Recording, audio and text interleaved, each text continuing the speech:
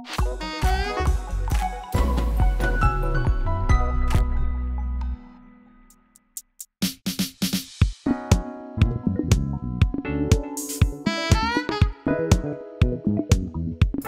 mot sur les Globes de Cristal 2019.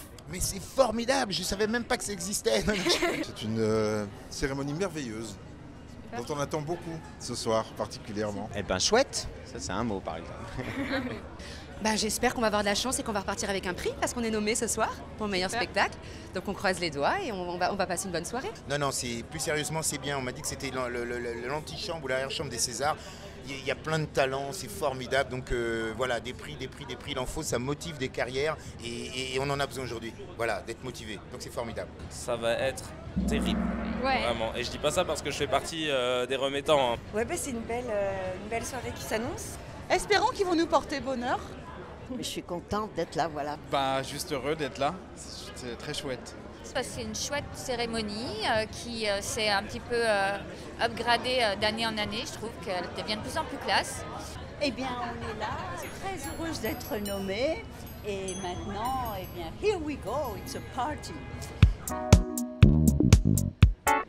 Bonsoir. Une question un peu particulière. Ouais, oula. Suivez-vous votre intuition? Bah oui, toujours. Always. Yes. It's brought me quite far. Okay. So I trust it more than anything else. Oui, plutôt. Oui, je suis plutôt un intuitif et en tout cas je m'écoute. Le premier instinct, disons. Pas assez, je devrais plus la suivre et bien des fois ça m'aurait arrangé, ça m'aurait facilité la vie. Oh là, évidemment. Et je travaille énormément pour suivre mon intuition. Ça se travaille d'écouter son intuition, de ressentir. Ça se travaille très fort par la méditation, par des choses comme ça. Et oui, tout à fait. Oui, en général, j'essaie de le faire. Ça va pas toujours dans le bon sens, mais oui, en général, je suis. Si, on suit l'intuition. Il y a des époques dans la vie que parfois on est un peu coupé, en décalage avec sa propre intuition, ou pas en connexion. Alors il faut s'arrêter, faire un reset et reconnecter parce que sans l'intuition on ne va pas loin. On va dans des chemins qu'il ne faut pas trop traverser. Voilà. Toujours. En général, elle ne me trompe pas. Quelquefois je peux, mais c'est pas grave. Ce qui compte, en fin de compte, c'est ça, suivre son intuition. C'est la chose la plus importante. Et son instinct. J'essaye d'être connectée. J'allais vous poser la question suivante. Est-ce que vous vous sentez connecté? Vous m'avez devancé. Vous vous sentez connecté? Oui. Ça aussi, ça se travaille tous les jours pour rester connecté et se connaître un peu mieux chaque jour. Donc oui, c'est très dur parce que c'est le travail d'une vie. J'essaie d'être régulière dans la méditation, par exemple. Ça aide énormément, ça. To my intuition, Yes. very. Okay. Very connected to my intuition. Moi, je suis ultra connectée, ouais. Depuis très longtemps. J'ai découvert mon premier jeu de cartes à l'âge de 9 ans. Ma sœur est voyante, ma petite sœur est chamane et prof de yoga. Et ma mère est guérisseuse, alors vous voyez. Est-ce que le hasard existe pour vous? Non, il n'y a pas de hasard. Il n'y a pas de hasard. Non. Et des anges sont là ce soir? Pas que ce soir. Ah, c'est trop compliqué comme question.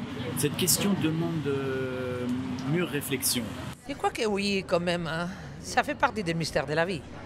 Et le hasard pour vous, ça existe? Ouais, bien sûr, mais je pense qu'il faut le choper. Je sais plus comment on l'appelle, ce petit personnage avec cette petite touffe là, grecque. Oui, 30% de hasard, 70% de pas hasard. Et en fait, je crois que la chance, c'est un peu ça. C'est-à-dire qu'on en a et il faut savoir la saisir. Ah bah oui.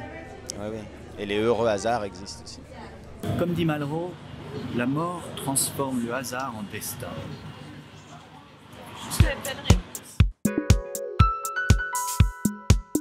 Et dernière question, vous préférez les blonds ou les bruns? Les blancs et les bruns, les garçons, tu veux dire? Ouais. Ou les femmes. Tu préfères que tout le monde soit à l'aise avec eux-mêmes? Les brunes, les blondes. Depuis 10 ans, une brune, oui. Mais j'ai toujours dit que c'est drôle que finalement, une des brunes plus connues du monde, Dita Von Teese, c'est une blonde. Et c'est pas toujours comme ça, c'est toujours les brunes qui deviennent blondes, mais quand même, il y a une blonde qui est devenue brune. Et moi, je suis brunette. Merci beaucoup. À vous.